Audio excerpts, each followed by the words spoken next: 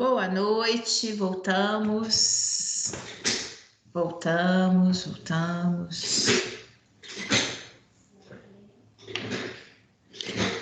Estão me ouvindo?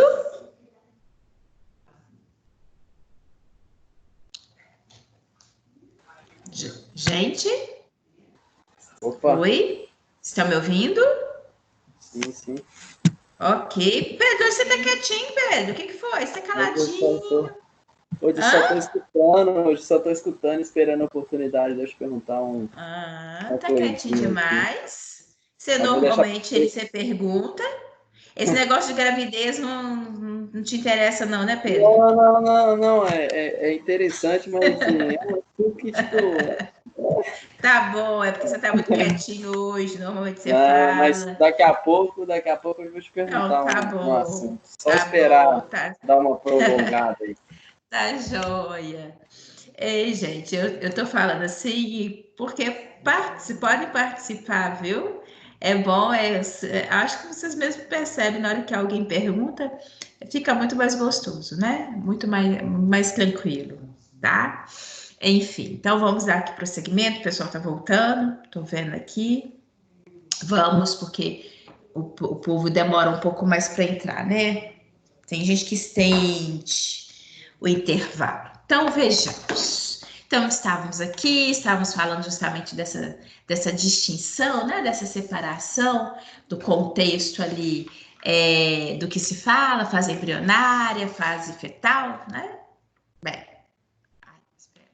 para mudar, eu tenho que clicar.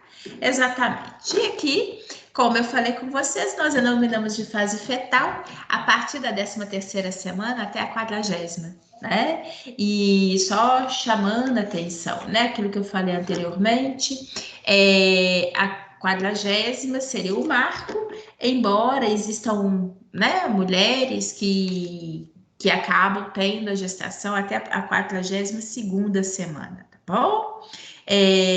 Enfim, além, né, sendo monitorado, tendo acompanhamento, é completamente possível, sim, sem maiores prejuízos, sem maiores problemas. Só não pode passar da 42ª semana, tá? Porque aí tem toda uma característica de quantidade de líquido amniótico, né? De desenvolvimento, aí precisa de ter uma intervenção, porque passa, né, a ter maior dificuldade ali de se manter as características necessárias para o bom desenvolvimento fetal, tá? Então, isso daqui é fundamental. Acho que aqui nessas imagens, olha a delicadeza, né? Dá para a gente perceber em termos de delicadeza a presença, né, dos pelos. De fato, né, nós temos o desenvolvimento dos pelos, e eles vão ser substituídos depois do nascimento, né? É muito comum ter a perda daqueles primeiros pelos, inclusive às vezes tem até a coloração diferenciada, né? De fato, mas que depois vai ser substituído, tá bom? Então agora eu vou chamar aqui a atenção de vocês. Logicamente, existem várias características que venham completar, que venham falar, né, de uma maneira geral, mas aqui eu vou pontuar para vocês algumas características, aquelas que tendem a acontecer de uma maneira mais específica ao longo, né, levando-se em consideração a 12ª, 16ª semana, o que corresponde a 3, 4 meses, né? Chamando a atenção que, de uma maneira geral, gente, o primeiro trimestre gestacional, né, ou seja, os primeiros 3 meses, são meses cruciais para o desenvolvimento fetal, tá? Por que disso? Vocês vão entender isso melhor quando vocês estudarem a genética, né? Existem várias transformações que ocorrem no primeiro trimestre e que, eventualmente, pequenos errinhos, pequenas situações possam, às vezes, interromper aquela gestação. Então, no primeiro trimestre, embora haja várias características, várias, inclusive nós já pontuamos, mas é um período muito temerário, né? A gente fala que o primeiro trimestre, ele é mais difícil, ele é o mais propício, né, das ocorrências de aborto espontâneo, tá? A partir do momento que a mulher passa desse primeiro trimestre, o risco de aborto diminui consideravelmente, tá? E também, a partir daí, fica mais fácil, inclusive, da identificação e do sexo do bebê, tá? Na verdade, já tem, desde as primeiras semanas, já tem a definição do sexo do bebê, mas na maioria das vezes se torna difícil de uma boa observação, né? Então, a partir do terceiro trimestre também já facilita do contexto de observação e dá realmente uma informação correta para os pais, né? Que normalmente ficam absolutamente curiosos em saber. Hoje tem toda essa característica de chá de revelação, né? E na minha época não tinha nada disso. Enfim. O fato é que tem muita coisa relacionada, né? Quando a gente fala de gestação, tem muitos sentimentos ali envolvidos, expectativas, enfim. O fato é que ao primeiro trimestre, como eu falei com vocês, ele corresponde sim a um período de maior vulnerabilidade, e a gente sempre fala nesse contexto mesmo genético de desenvolvimento, né? Que passando pelo primeiro trimestre, as ocorrências, né, que venham ser eventualmente adversas à gestação, elas vão diminuindo com o tempo, tá bom? Nesse primeiro trimestre, existe um grande metabolismo no organismo feminino, ou seja, existe uma grande transformação, toda essa acomodação que nós mencionamos anteriormente, né? Como eu falei com vocês, embora muitas das vezes até do contexto anatômico não seja muito perceptível, até que a mulher esteja grávida, mas ela já tem alterações, aumento da frequência cardíaca, da frequência respiratória, a mulher já tem um aumento, como eu falei com vocês, da frequência de micção, né? Embora venha a ser pequenos volumes, mas ela tende a ir mais ao banheiro, tá? Além também, como eu falei com vocês, de uma sensibilidade na região da mama que de fato já começa a ocorrer, tá? Bem, quando alcança o terceiro mês, por volta da 12ª semana, praticamente todos os órgãos e as estruturas aqui do feto, elas já estão formadas. Logicamente que ainda não estão maduras, ainda vão ter muito que maturar, né? Ficar cada vez mais desenvolvidos e aptos ao funcionamento. Mas no contexto estrutural, os órgãos já estão formados, tá? E eles vão crescer e se desenvolver a partir daí e, logicamente, estando mais aptos a um bom funcionamento, né? Que é o que se deseja. Aqui, até a 12ª semana, a gente já consegue perceber agora os dedinhos dos pés e das mãos, eles já estão separados. Isso porque no início, né, entre os nossos dedos nós temos membranas. Então, isso já sofreu atresia, já teve um processo, inclusive morte celular por apoptose, e aqui os dedinhos das mãos e dos pés já estão completamente separados, tá bom? E já tem, olha que bonitinho, o desenvolvimento das unhas, tá? Bem, a partir, né, da 16ª semana, o que a gente mais observa? A gente já consegue aqui, esse bebê, ele já realiza movimentos, tá? Porque já tem essas estruturas ósseas, elas já estão agora mais enrijecidas, então existem esses movimentos, embora eventualmente a mãe, principalmente a mãe de primeira gestação, ela tende às vezes a ter mais dificuldade da percepção dos movimentos do bebê, tá? A partir do momento da segunda gestação, a mãe às vezes ela consegue ter maior sensibilidade nesse sentido, porque ela já passou, já sabe, né? Porque no início a gente fica até sem saber se é mesmo, se movimentou, se a gente realmente está com percepção real, né? Ou se a gente está imaginando. Enfim, o fato é que na 16ª semana já tem movimentos, já possam, às vezes, na maioria das vezes, ser perceptíveis pela maioria das mulheres, tá? Bem, deixa eu passar aqui. Agora com 20 semanas, né? 5 meses gestacionais, 20 semanas. Nesse momento, o bebê, eles até pontuam aqui, né? O bebê, ele já dorme e acorda, tá? A semelhança que se tem recém-nascido.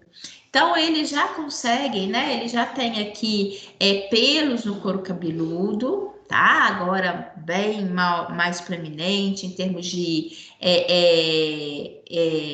mais, começa a ter essa formação mais marcante, né? Porque já tinha em termos de presença de pelos, mas aqui fica muito mais visível. Inclusive, na hora que faz a ultrassonografia, né? Porque ele está aqui no líquido amniótico, tem hora que no movimento a gente consegue verificar, né, aqueles pelos ali dispersos nesse ambiente líquido. Tá? Até como para vocês terem uma ideia, gente, a presença do líquido amniótico também vai crescendo, né? Em termos ao longo gestacional. Ele tem ali o auge por cerca da 37ª semana gestacional. E só para a gente ter uma noção, em média, né, nesse auge da presença do líquido amniótico, normalmente a gente tem cerca de 800 ml a 1 litro, tá? Presente aqui dentro desse ambiente. Como eu falei com vocês, e aqui nessas imagens eu acho que fica mais fácil da gente ter essa percepção, né? A presença do líquido amniótico, ele é importante porque ele vai ajudar a amortecer impactos, né? Como assim? Poxa, a gente acaba sendo vulnerável, né? Sem querer uma pessoa vem, encosta na nossa barriga, a gente vira na cama, vira para um lado, vira para o outro, e a presença do líquido amniótico aqui, ele amortece impacto para o bebê, né? Então, confere a ele essa importância de proteção. Também destaco nessas imagens, sempre percebam, né? Aqui, deixa eu voltar, a presença da placenta, olhem só, né? Tá desde o início, como a gente falou, ela é muito importante. A presença dela, olhem, reparem sempre esse elo da placenta em relação ao cordão umbilical, né? Enfim, essas características que sejam importantes. E, ao mesmo tempo, também perceba a distinção da estrutura uterina que vai acontecendo ao longo, né? Para permitir, de fato, essa distinção e o desenvolvimento do feto, tá? De uma certa forma, em termos dessas características, como eu falei com vocês, os órgãos estão ficando cada vez mais maduros, né, em termos de desenvolvimento. Aqui com 20 semanas em si, a gente já consegue ter a observação, a mãe, ela já tem a produção do colostro, tá? Que é aquele leite inicial que eu falei com vocês, tá bom? É uma fase em que a mulher tende a ganhar um peso muito significativo, né? Quem acompanha, quem já teve gestação ou já acompanhou alguém, né, ali grávida, uma mulher grávida, percebe que às vezes de uma hora para outra a gente olha e fala assim, nossa, você está super grávida, né? Porque teve um desenvolvimento da estrutura da barriga, houve, de fato, né, às vezes um ganho maior de peso em função do real desenvolvimento do bebê. Então, nessa faixa da 20ª semana, reparem vocês que a gente está aqui exatamente, né, na metade da gestação, existe sim um ganho de peso considerável, tá bom? De uma maneira geral, a gente até percebe também nessa 20ª semana, tende a ter uma queixa também, do ponto de vista das mães, em termos de azia, um certo desconforto intestinal. É comum o intestino às vezes ficar mais preso, né? Durante o período gestacional, você já deve ter ouvido falar isso, né? É muito comum da mãe ter algumas queixas. Intestino mais preso, né? Menor frequência de evacuação, que aliás é característica do segundo trimestre, né? Refluxo, tá? Tem mulheres que têm queixa de refluxo, isso tudo pelas alterações corporais, né, que acabam incidindo sobre ela. Ela tem aquela sensação de estar constantemente cheia, né, independente de ter tido, de fato, uma ingesta alimentar, mas aquela queixa, aquela sensação de que está cheia, queixa às vezes de azia, refluxo, tá? E diminuição da evacuação, o intestino mais preso, que é muito característico também. Bem, com 6 meses, né, aproximadamente 24 semanas, o que a gente observa? Primeiro, é interessante observar que, embora essa mulher esteja ganhando peso, o bebê, ele é relativamente magro, né? Como eu falei com vocês, o bebê, ele vai ganhar peso na fase final da gestação, né? Então, aqui ainda, nós estamos aqui agora ultrapassando um pouquinho, né, da metade da gestação, mas o fato é que ele em si é relativamente pequeno e ainda está magro, né? Ele não possui, porque o que dá a ele, que a gente percebe o bebê, ele tem ganho de peso, é tecido gorduroso, né? Tecido adiposo, coisa que nesse momento ele ainda tem muito pouco, tá? Nessa fase, o bebê mais fica dormindo, tá? Olha só, ele mais fica dormindo. E ele, inclusive, é responsivo à luminosidade, a questões, né, ambientais. Então, também isso possa interferir ali no soninho dele, tá? Aqui nesse momento, embora ele durma muito, quando ele acorda, ele está bastante ativo. E aí, nessa fase, a mulher já acompanha mais, né? Os movimentos, ela consegue agora ter essa percepção mais aguçada, até do próprio desenvolvimento, né? Que embora ele esteja magro, as estruturas ósseas bem ossificadas, bem contundentes. Então, na hora que ele mexe, e que quem já acompanhou sabe, né? É gostoso, a gente consegue perceber, às vezes a gente põe a mão, ele revida, vai com o pezinho, vai com o cotovelo e a gente dá aquelas percepções, né?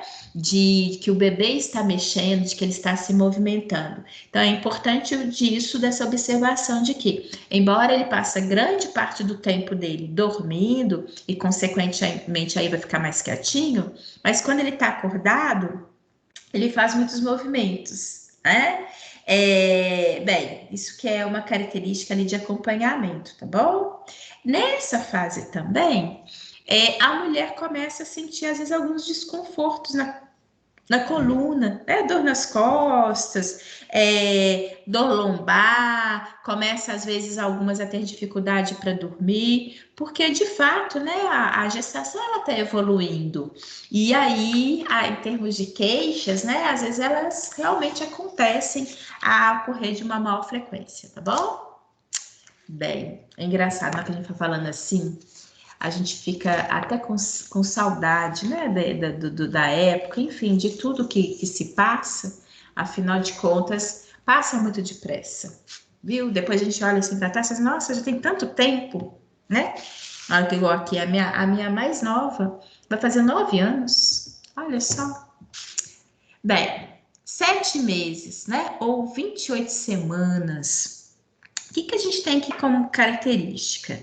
Bem, aqui além dos pelos no couro cabeludo, agora a criança começa a apresentar cílios, sobrancelhas, né, bem formadas, aqui a estrutura ocular bem desenvolvida, com pálpebras que se abrem, se fecham, né? Porque toda a estrutura ocular agora estão completamente formadas. Tá? A gente observa aqui de uma maneira geral, né, as 28 semanas, em que de uma maneira geral o bebê ele ainda está relativamente pequeno. Em termos de comprimento, ele está ali de uns 40 centímetros aproximadamente, tá?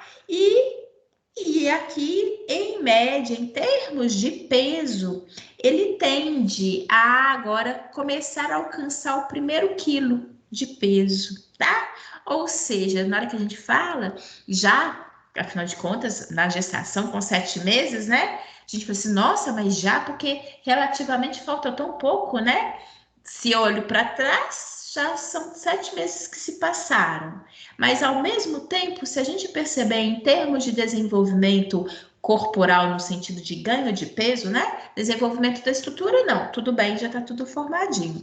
Mas no contexto de ganho de peso, ele ainda está muito pequenininho. Né? 1 quilo, olha só, 1 quilozinho aproximadamente de peso, pequenininho em termos de dimensão, né? 40 centímetros de extensão, então ainda está muito, muito pequenininho, para a gente perceber o tanto que eles ganham em peso, né? Na fase final da gestação. É aí que isso que é interessante. Aqui, com 8 meses, reparem, agora, né, cada vez mais, também chama a atenção de vocês em termos de desenvolvimento da estrutura corporal feminina, e até mesmo, aproveitando aqui, percebam vocês, né? A partir do momento que tem esse desenvolvimento maior do bebê, logicamente dá para a gente imaginar o tanto que agora não está interferindo na estrutura corporal dessa mulher, né?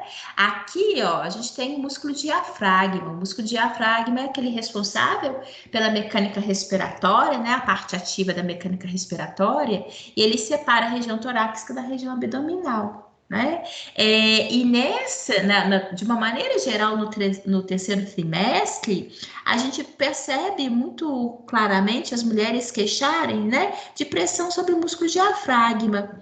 E isso gera, né, em nós uma sensação de desconforto respiratório, a gente tende a ficar mais ofegante, né? Enfim, às vezes a gente caminha relativamente pouco, mas há aquela sensação de cansaço, né? Tá ali meio fatigada, que é característica, né?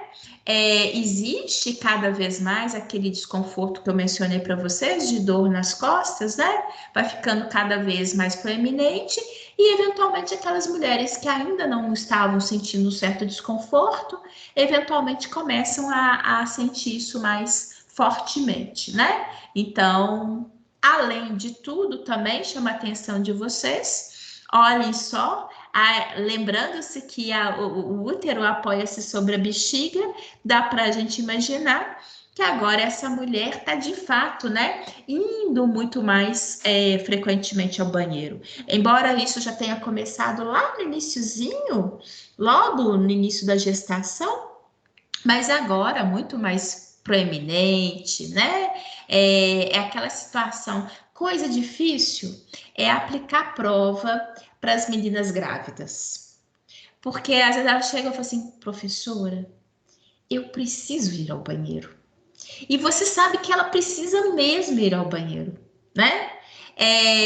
Enfim, não tem jeito. Como que você fala que não?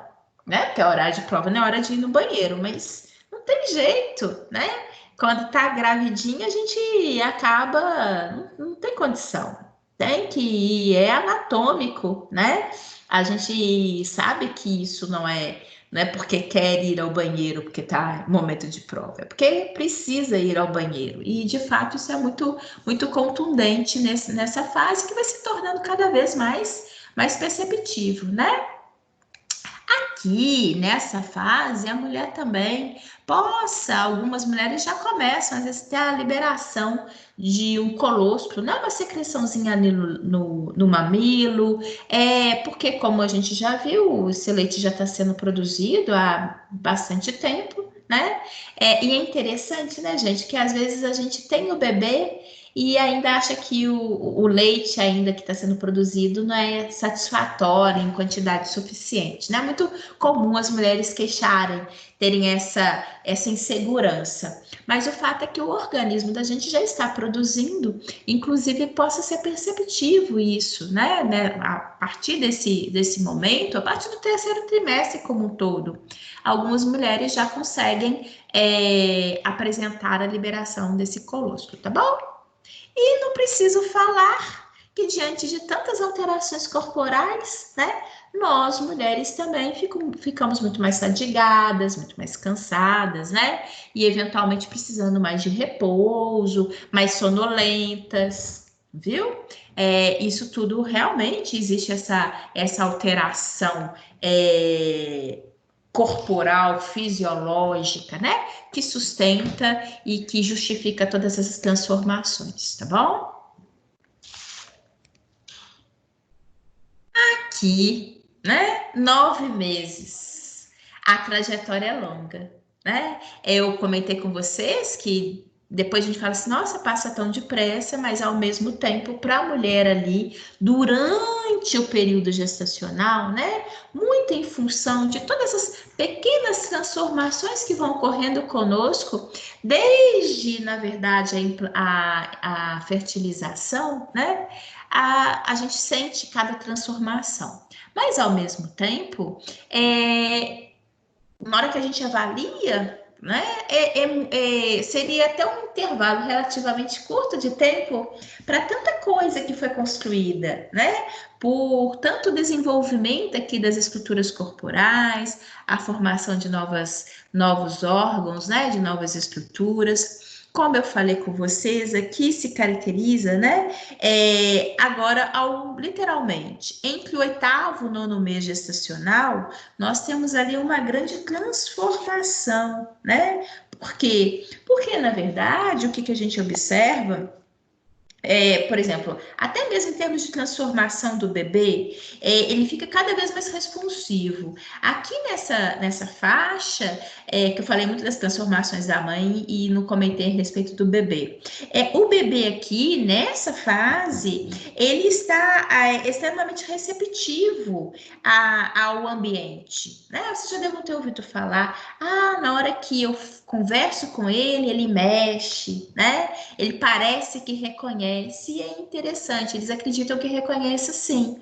Por isso que é estimulado, é importante, na medida do possível ali, que as pessoas cheguem, conversem, que a mãe, né, chega, eles até falam, estimulam que se já tiver o nome do bebê, que venham pronunciar, né, que eles acreditam que já tem essa identidade, já consigam a fazer esse elo de reconhecimento desde esse início, né? Porque ele realmente é muito receptivo a tudo que está ao entorno.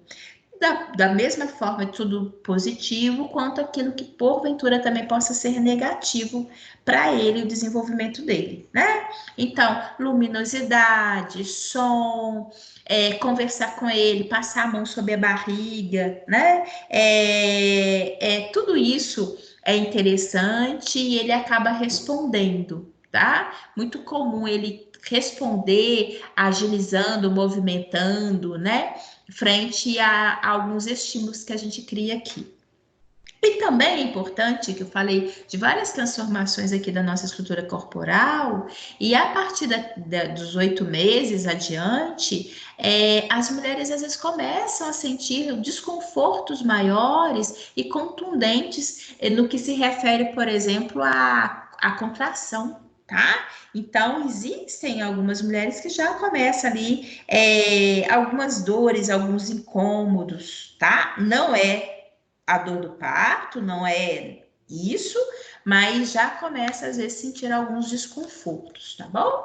Que é característico do momento. Afinal de contas, 8 meses. E aí sim, os 9 meses, né, gestacionais, como eu falei com vocês, aí alcança, né? Aí, literalmente, esse bebê, agora ele alcançou, ele ganhou, né? Existe, como eu falei com vocês, um ganho de peso muito substancial entre a 36ª e a 40ª semana, tá? De gestação. É quando, de fato, o bebê vai mais ganhar peso, né? É interessante porque o bebê começa a ter também a produção no trato intestinal dele de secreção, de restos, né? Que é o que a gente denomina de mecônio, que é um materialzinho, tá? Que é observado ali, seriam as primeiras excretas do bebê, tá? Esse termo que a gente fala. E é interessante que a gente percebe, né, em termos de desenvolvimento, tem a circunferência da cabeça do bebê, que é importante, em termos de observação, tanto a circunferência do bebê como a própria estrutura abdominal normalmente conferem o mesmo tamanho, tá? Como eu falei com vocês, a estrutura uterina, inclusive, alcança, né, seu pico máximo de distensão. A gente até coloca aqui para vocês terem uma noção, né, em termos de peso. Em média, né, o útero, ele possa atingir, sim, aqui de 500 a 1000 vezes acima do seu estado não grávido, né? Ou seja, ele consegue atingir um tamanho muito gigantesco comparativo à característica anatômica inicial dele, e ele possa chegar a ter cerca de 1,1 kg de peso, né? Aqui, de uma maneira geral, além, né, das características, existe aqui o bebê já está completamente formado. Aliás, a partir das 36 semanas, tá? Embora o nascimento à 36ª semana seja considerada prematura, porque todo nascimento com menos de 37 semanas é prematuro. Mas a partir de 36 semanas, se o bebê nascer, ele tem total condição de sobreviver adequadamente, tá? Inclusive, até nesse contexto, né? Gabriel nasceu com 36 semanas e não precisou de nenhuma interferência, de absolutamente nada, né? Já estava completamente formado, o pulmão com aquela produção da substância surfactante, enfim, totalmente responsivo. Isso só para nos mostrar, né? Para a gente ter uma ideia, que às vezes a gente fica com tanto receio e às vezes acontece, né? O bebê tem, até vou mostrar para vocês, chega a hora do parto e o importante é que a partir realmente da 36ª semana, se o bebê nascer, ele tem condições, né, de ser um bebê plenamente saudável.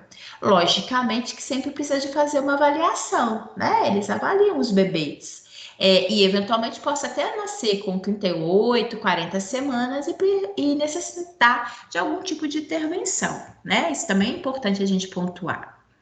A gente fala que o nascimento da 37ª até a 42ª semana é um nascimento a termo, ou seja, ele nasceu dentro daquela perspectiva ideal, né, para o nascimento. É considerado pós-termo, ou seja, ele passou do período gestacional quando ele tem 42 semanas e um dia. E como eu falei com vocês, é importante esse acompanhamento, porque a indicação aí é que realmente haja uma intervenção, tá? De uma maneira geral, aqui também é importante, na fase final gestacional, sempre é importante, né? Até isso, de uma maneira geral, é importante destacar para vocês. O acompanhamento ali do pré-natal, ele é fundamental para o acompanhamento, logicamente, do desenvolvimento do bebê, mas como também o acompanhamento da mãe, né? Verificar se ela não adquiriu uma diabetes gestacional, verificar se a pressão arterial dela está adequada, né? Afinal de contas, eu falei com vocês que desde o primeiro trimestre tem uma grande alteração na estrutura corporal feminina, com o aumento da frequência cardíaca e respiratória, né? Então é lógico que esse acompanhamento dos valores pressóricos também são fundamentais, né? Para salvaguardar também a integridade da mulher.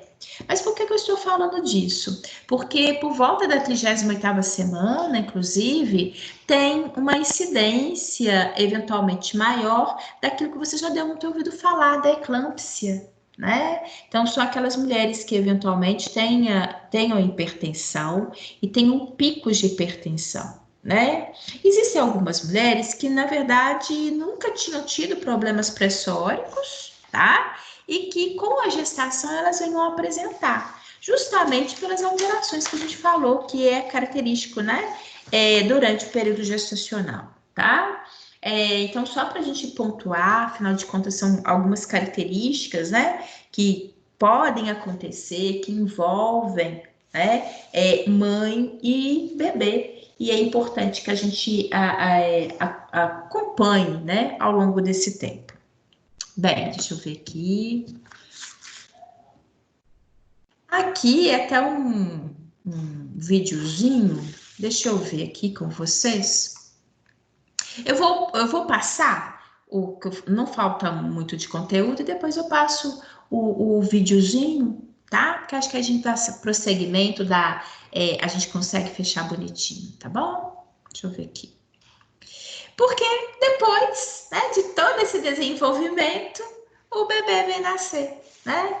E aí aquele momento aguardado, aliás, é muito característico, né, de uma certa ansiedade por parte da mãe, familiares ali, afinal de contas, ainda guarda aquele momento em si do parto que é tão importante, né? Toda uma gestação que foi construída, que foi tudo bem, saudável, mas ainda tem o momento do parto que exige um cuidado, né? É importante, bom, a gente sabe, existem crianças que começam a ter ali, tem um desencadeamento, né, do momento do parto, tem umas que são lentas, que precisam ter uma intervenção, como eu falei, que às vezes chega e espera ao máximo, mas deu 42 semanas e um dia, agora precisa de ter intervenção, né?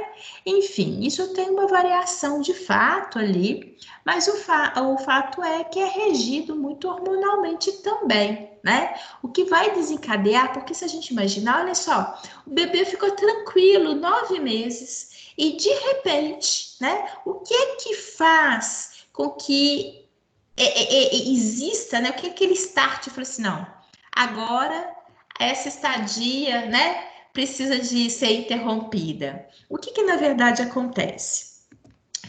Vou chamar a atenção de vocês, que nós vamos perceber alterações no colo do útero, né? A estrutura do colo do útero, ela vai se dilatar. E, literalmente, haverão as contrações uterinas. Então, esse é o fator preponderante, né? São as contrações uterinas, a dilatação aqui, ó, do colo do útero, juntamente com a contração do miométrio, né? Só para lembrar que a gente fala endométrio, aquela camada interna que reveste internamente o útero, miométrio, a parte muscular, né? Então, com a contração do miométrio, com a contração, né, dessa estrutura do útero, que aí vai fazer essa propulsão e estimular, né, com que haja o momento do parto em si, tá bom? A gente fala que o momento em si, o trabalho do parto, ele é dividido em 2 etapas, tá? A gente fala que uma que é latente, tudo aquilo que é latente, aquilo que é mais estático, né? E uma fase mais ativa. O que vem a ser isso? A parte latente, que é a parte inicial, ela tem uma duração em média de cerca de 8 horas, tá? E que, na verdade, o que a gente percebe é que esse colo uterino, nesse momento inicial, ele não vai se dilatar muito, não, tá? Ele vai acontecer aqui, na verdade, contrações, tá? Essas contrações vão acontecer de uma maneira esparsa, eventualmente a gente fala que ela vai acontecer entre intervalos de 20 a 30 minutos, então aquela sensação, aquele desconforto, né, que a mulher começa a sentir justamente por essa característica de contração do miométrio.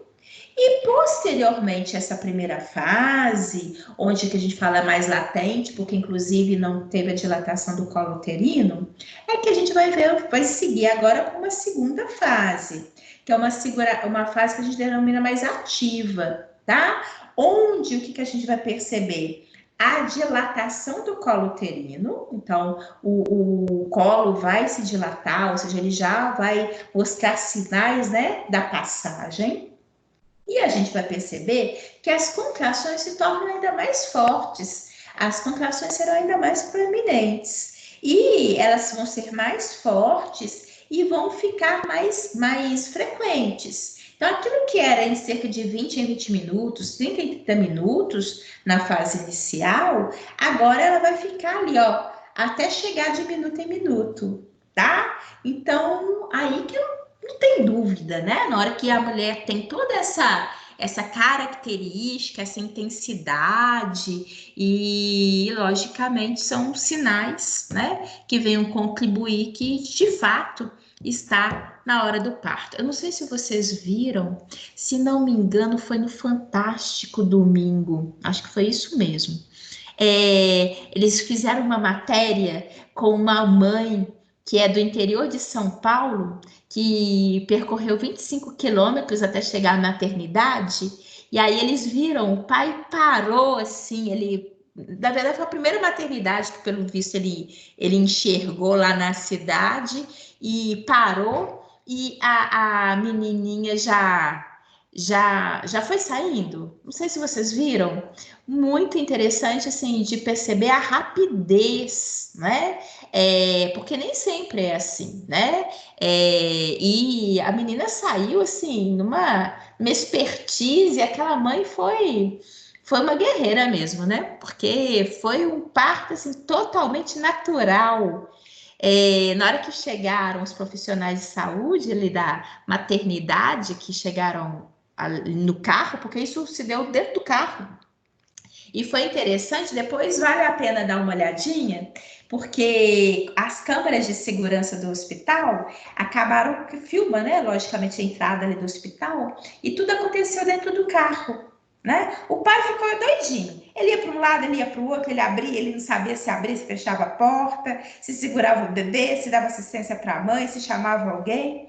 E é interessante porque assim, a gente não vê, né, na verdade, todo o princípio ali de privacidade da mãe foi mantido, não dá para a gente ver detalhes nesse sentido, mas ao mesmo tempo a filmagem nos permite ter a percepção na hora que o neném nasceu, né?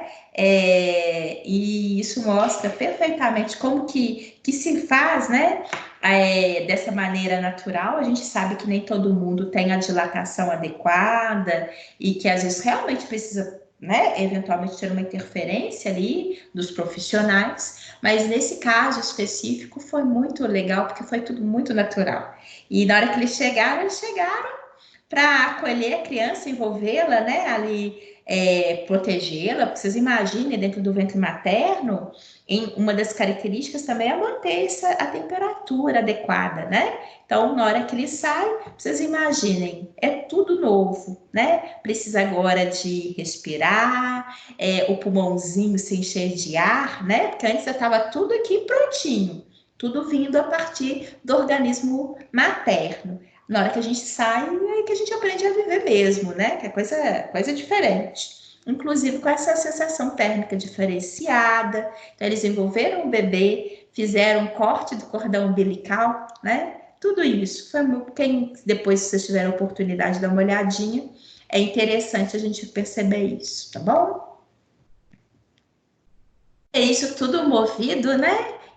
Pela ocitocina, que é aquele hormônio que a gente citou, né? Que é produzido pela neurohipófise e que vai não só interferir na lactação, mas naquela musculatura lisa. Não sei se vocês se recordam, eu cheguei a falar disso para vocês lá dentro da morfodigestória endócrina e renal, né? A gente cita, inclusive, eu utilizo essa imagem para mostrar lá para vocês, porque atua sobre a musculatura lisa do útero, né? Então, todo esse start, todo esse momento do parto propriamente dito, né? Tem a ver essa associação aqui com esse momento tão bonito de fato, né? Tão importante que é o nascimento do bebê.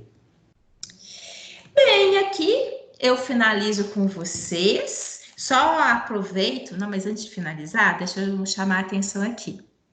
Não sei se vocês se recordam, é até bom porque isso ajuda vocês a perceber, né? Que na hora que a gente fala de uma matéria, às vezes a gente fala de uma característica e que parece que está perdida, enfim.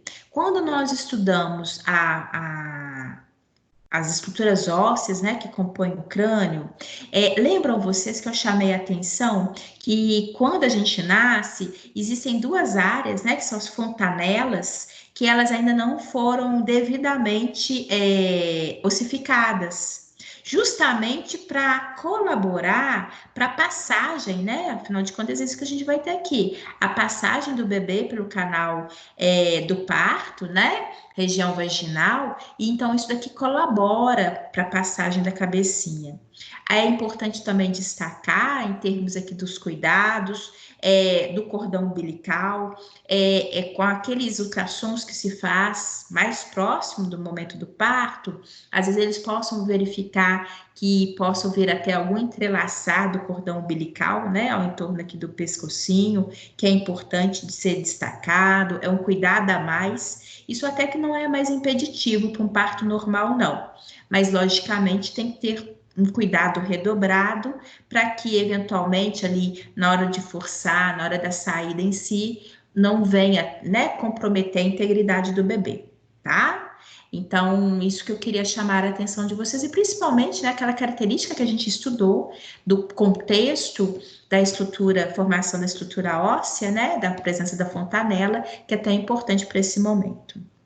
E aí, eu chamei a atenção de vocês, a gente aqui finaliza nesse contexto de teoria, tá? Semana que vem eu vou colocar para vocês, a gente vai ver estruturas anatômicas, eu vou colocar atividade para a gente fixar, enfim, para a gente poder solidificar, tá? Ainda mais todo esse material, todo esse principalmente a última unidade, né? Mas para a gente fixar, mas em termos, né, do conteúdo teórico, essa semana é a semana dos fechamentos, e, enfim, nada melhor do que a gente finalizar com esse semblante fofíssimo aqui, né? Enfim, e quero saber se alguém tem Professora, pergunta. Isso, Giovan, diga. tá. Que, tipo, já que a senhora finalizou aí, eu queria relembrar mesmo que uma vez eu assisti um parto, já assisti vários partos já, maternidade, aí assisti de uma mãe que ela era muito jovem, né? Tinha em torno de uns Uhum. 18 anos. Quantos E anos? 18 a 20 anos. Aham, Era muito jovem. aham. E, tipo, a criança... Eu me lembro que o médico, ele tentou o máximo possível, porque ele percebeu que a criança estava com... Sofrimento.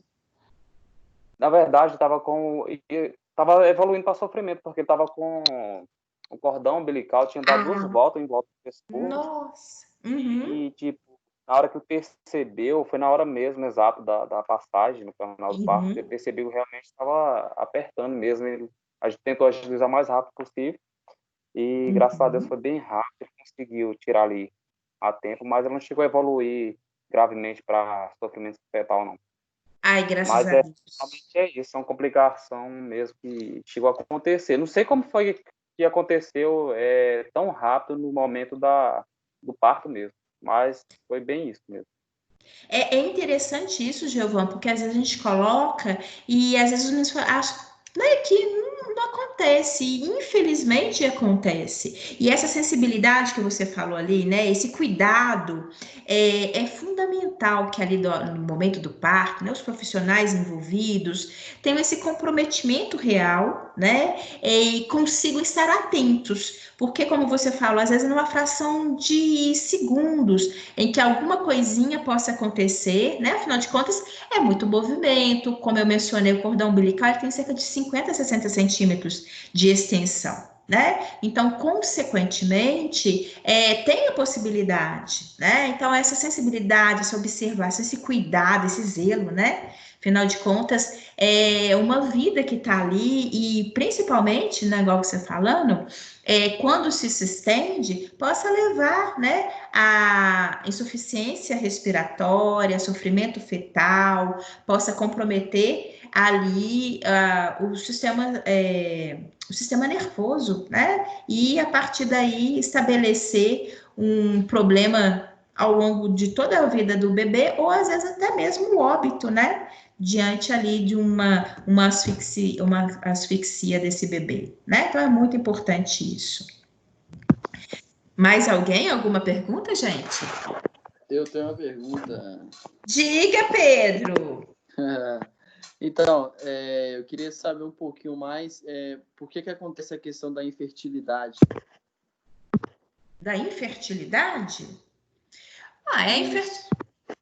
Isso, ele é complexo. Para começar, infertilidade tanto feminina quanto masculina, né? A infertilidade, ela pode estar associada a uma má formação das gônadas, né? Se a gente imaginar, eventualmente, porque a gente precisa das estruturas das gônadas, ovário, testículo, para que haja uma boa produção, né, das células germinativas. Por outro lado, uma malformação poderia ser condizente com isso. Aquela característica nos indivíduos do sexo masculino, se porventura as estruturas testiculares não terem invadido para a região da bolsa sacoescrotal, no máximo até o primeiro ano de vida, para garantir a viabilidade das células, né, que estão ali já na estrutura testicular, se elas só virem muito tempo depois, você também compromete a viabilidade dessas células. Enfim, a infertilidade, ela tem vários vieses, vários detalhes. A característica também, como a gente falou, das células, no caso dos espermatozoides, não serem ativos, né? Enfim, não terem as estruturas flageladas adequadas, não conseguirem evadir e alcançar o percurso, não serem ágeis. Então, assim, tem uma série de situações. Tem o fato da mulher também poder ter dificuldade de ovulação ou ciclos muito irregulares que ela vem ovular de uma maneira muito rara ao longo da vida, ou seja, com espaços muito grandes, isso também dificulta, não seria um caso de infertilidade, mas dificulta a fertilização. Enfim, todos esses aspectos anatômicos e fisiológicos que possam comprometer, e aí, né, nesse aspecto, tanto masculino quanto feminino, pelo menos, às vezes, até mesmo dificultar mais uma gestação. Ok, Pedro? Ok, obrigado. De nada. Mais alguém perguntar? Meninas. Professora. Diga, Isabela. Eu não sei se você explicou e eu não prestei atenção, mas como acontece o aborto espontâneo?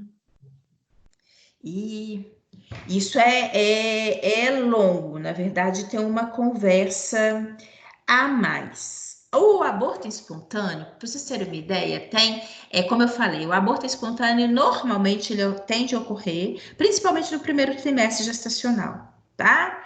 Tem vários viés, né? Assim, como que acontece? Por que acontece? Vamos fazer o seguinte, eu vou, para a semana que vem, eu vou colocar algumas coisas, porque tem eventualmente até umas imagenzinhas, umas coisas que possam colaborar com vocês a esse entendimento, tá, Isabela? Por exemplo, eu acho que se não me engano, foi semana passada que a gente comentou isso.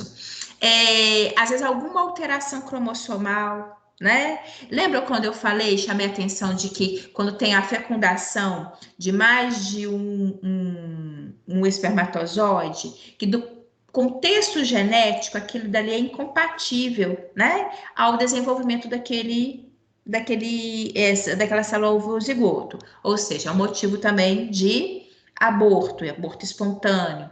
Tem a característica também, vocês vão trabalhar com isso quando vocês estiverem em genética.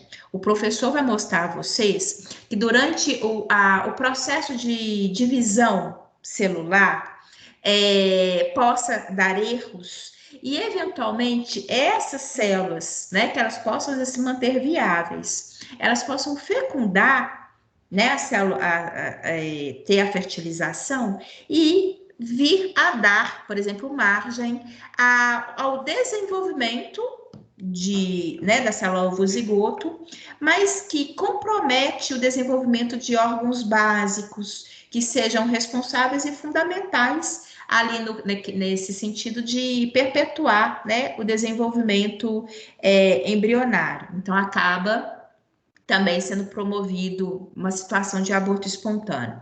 Eu vou fazer o seguinte, essa sua pergunta, eu vou complementar para a semana que vem, já que semana que vem eu vou dar exercício,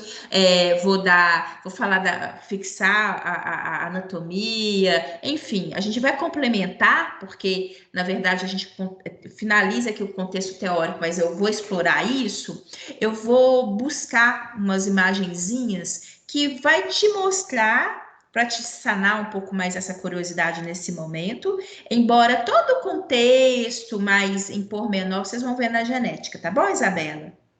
Que normalmente são esses os principais motivos. Na maioria das vezes, gente, quando a mulher tem aborto espontâneo, na maioria das vezes a gente nem sabe. Tá? Muitas das vezes a gente nem sabe, porque acontece muitas das vezes muito na fase inicialzinha ali do desenvolvimento. Ou possa até mesmo a mulher já saber que estava grávida, mas né, isso acontecer, mas muitas das vezes ela não vai saber o porquê que aconteceu. Mas na maioria dos casos, ocorre por esses prejuízos ali do contexto genético, que é o que normalmente mais se explica o aborto espontâneo, tá bom? Obrigada. De nada, Isabela. Mais alguém? Mais alguma pergunta? Professora. Diga! Ei, Ana! Oi.